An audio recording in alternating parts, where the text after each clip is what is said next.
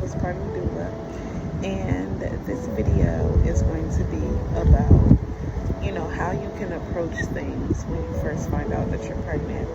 Because sometimes we're just so excited, or we're so scared that as soon as we find out we're pregnant, we automatically run to our friends, our family members, and you haven't yet taken the time to sit with yourself and figure out how you want to go about things.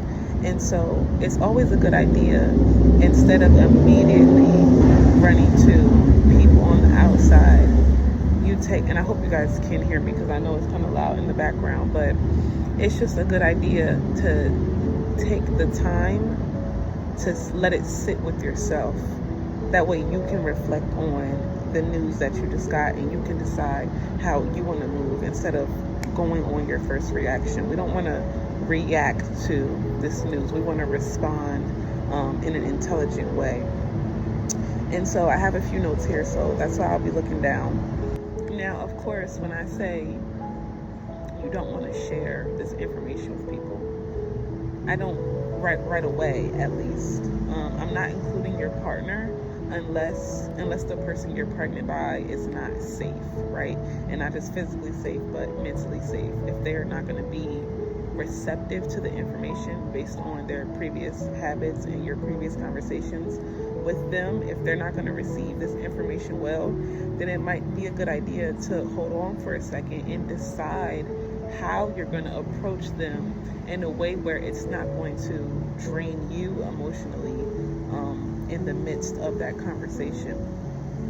Ultimately, you want to decide if telling your partner is a good idea, which in most cases, we're going to assume that it is a good idea to tell your partner, because you guys can think through the next steps together. If you're in an unfortunate circumstance where it's not necessarily a good idea to tell the person that you're having this baby by right away, then definitely take some time, a few days, maybe even a week, to sit with yourself and decide how you're going to approach this conversation with this person. The next thing you want to think about is your prenatal care. And most of our first reactions is to say, okay, well, I guess I'm going to call my doctor or my OBGYN, and I'm going to receive hospital care. And if this is aligned with you, then yes, receive the hospital care. But before automatically jumping to what we're used to doing socially, consider researching other options, because you don't have to go down the hospital path. You could want to give birth at a birth center. You could desire a home birth. And so if you are desiring a different route, then you can look into midwives. You can look into certified midwives, traditional midwives. There's different types. There's different options that you have. So all in all, you're not confined to making one decision. Okay, there's so many options. I mean, there's not like that many options. There's not 10 plus options, but there's definitely, about 3 options you have when it comes to this. And off the top of my head, those options are hospital care, midwife care through a birth center, or midwife care through, her own traditional practice. And so you have to ask yourself, what kind of care would be comfortable for me to receive during this time? Because each version of care is going to approach pregnancy and birth differently. Regardless, though, of what kind of care you're looking to receive, I do recommend hiring a doula.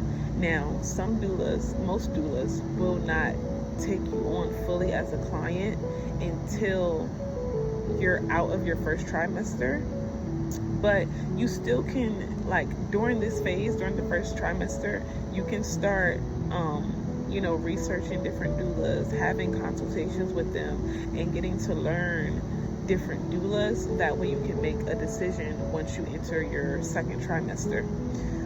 And talking to these doulas, they're going to help you figure out like what route would be best for you, and that will also help you figure out what kind of doula you want, because different doulas dedicate their practice to different things, so it's really important to find a doula who resonates with you in the way that you want to approach your birth. So we talked about, not telling people right away, giving yourself time to reflect on this new information, and then deciding what kind of prenatal care you want for yourself. Do you want hospital care? Or do you want midwifery care? Midwifery care through the birth center or through, their own traditional practice. And like I said, all three of those are going to give you a different experience.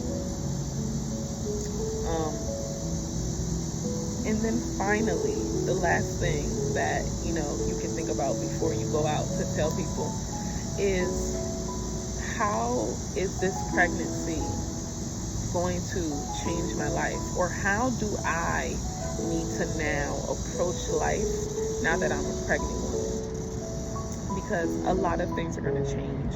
Things with your job and working is going to change. With school, if you're in school, things are going to change. If you have children already, things are going to change. If this is your first child, things are really going to change.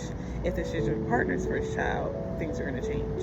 So you need to sit back and have a real conversation about lifestyle changes. It's important because if you move into your pregnancy assuming that your lifestyle is going to stay the same, and I know no one literally thinks their lifestyle is going to stay the same, but they definitely think that certain things, they can keep them up, especially if and hopefully you and your partner are still together, but if you are going to be doing this alone and you're depending on your own finances, you might feel like you need to work harder, and you may need the finances. However, now that you're going to be pregnant, working harder is not necessarily your best option, because you're growing a life inside of you, and you don't want to stress yourself out, because whatever condition you are in is the condition that your baby is going to be in. And so you might have to change your trajectory and change directions so that it's more fitting for you now that you're pregnant. And sometimes that can be difficult because we're so used to just working, and you kind of feel inadequate, or you feel like you're not doing enough if you're not working as much, and that's not true. You're doing the biggest job on this planet, and that's carrying a baby and growing a baby. That's a lot of work on you, physically and mentally and emotionally. And so if you have to take a break from work and you have to pivot and find other ways to bring finances in that isn't as draining on you physically and emotionally, that's something that you need to be thinking about in this moment. There's also going to be changes within your family dynamic. If there's children already currently in the picture, you definitely want to think about how you're going to integrate a new child into their lives. And if this is your first child, there's a plethora of things to think about at this point. But I think the most pressing concern would be your parenting style and how you are going to raise this child, because it's easy for us, we don't think it's important to think about your parenting style at this point and what kind of person you want to raise, because however you parent them, whatever your standards are for being a parent, that's gonna you are literally now going to be in charge of shaping the foundation of another human being's life. That's a big responsibility. And so if you have unhealed traumas from your childhood within yourself, or even from your adulthood and your experiences, it's easy to just do what you've seen done. You might just be thinking, I'm going to parent exactly the way my mother or my father parented. But if you take a second to think about how you felt growing up as a child, that might not be the best strategy, right? It might be better to say, okay, my parent did things this way and it made me feel this way. I don't want my child to experience that. So what am I going to do differently in parenting so that they have a different outcome, right? Another component to the lifestyle changes is going to be boundaries, and the boundaries that you have with your friends and your family. This might not be physical boundaries. This might more so be mental and emotional boundaries, because now that you're pregnant, everybody is going to give you advice. Everyone is going to tell you about their experience when they were pregnant, when they gave birth, and especially if this is your first time.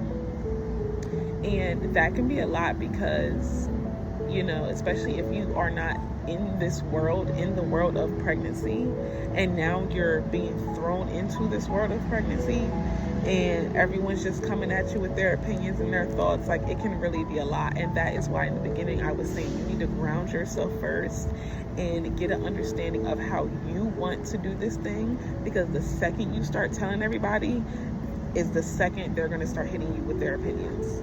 And so you really, I probably sound like a broken record, but that's because this point is really important. You really want to go within yourself and reflect and figure out how you want to approach this entire thing, because if not, you're going to be swayed by the opinions of everyone, and you don't want to be that easily swayed. You want to be somewhat anchored in your decisions, because ultimately you know what's best for you.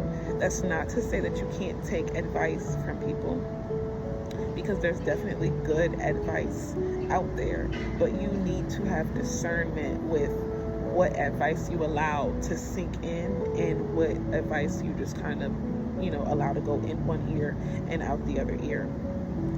I do want to say that preparation prevents poor performance.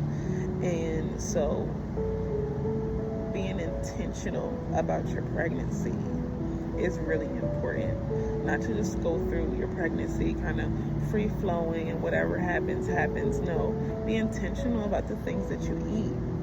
Be intentional about the things that you watch, the things that you listen to, the people that you hang around, because you are growing new life.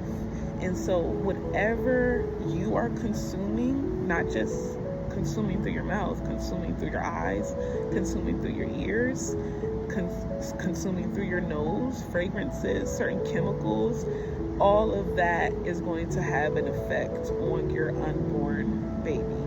And so just really be intentional about making sure you're okay with the things that you're consuming, and you're okay with your baby consuming bits and pieces of that as well. All in all, I do wish you the best. Congratulations on your pregnancy, and honestly, I wish you a beautiful experience, because pregnancy is beautiful. I think that is it, so I'll go ahead and end it here. Thank you for watching.